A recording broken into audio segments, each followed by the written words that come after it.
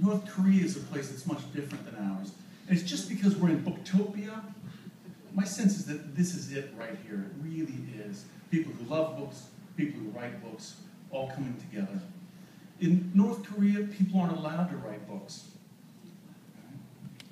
We don't have a record of a single work of literary art making it out of the Democratic People's Republic of Korea in 60 years. Oh my God.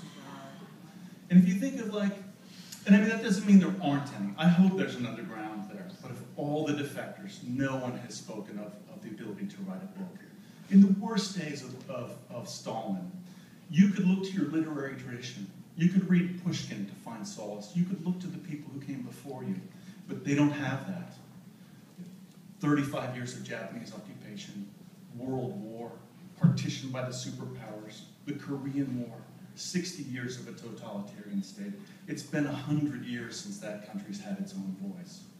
And so people there aren't allowed to write anything that hasn't, doesn't glorify the state with the approval of the censors. And I've read several of their novels. They translate them for you. It's all about people and they want to break their work quotas. And in the end, Kim Il-sung shows up and hugs them all. Literally. But to think about people who can't speak to their own experience in a book that holds a mirror up to society, that expresses the human experience. But that also means those people have never read a book the way you might think of it. An entire life without ever having read a novel that plumbs the human dimension. They don't even know what a book is there. But Barbara Demick, if you've read Nothing to Envy, on her last trip there before they banned her, she said there was one book that the elites were circulating, that they were allowed to. It was the first literary book that anyone had really read there. And do you know what it is? Gone with the Wind. Someone had translated it into Korean.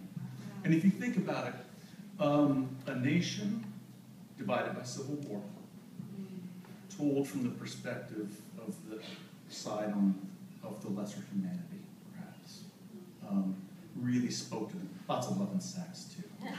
But I guess I didn't have anything other than that. And I had a beautiful day. I'm sorry I bummed people out about it. I had a beautiful day here. I got to work on my book with this guy, and we had the freedom to say anything we wanted. While I was writing this book, I kept having to think, what if I was a writer born in North Korea? I would have to write these books. Would I be brave and stand up and risk my family's life to speak the truth? No. Even Solzhenitsyn in the Gulag could write in the Gulag, and he got his books out. Wow. But there's none of that there. And so this is a pretty beautiful event, and I was happy to be a part of it. That's all I have to say.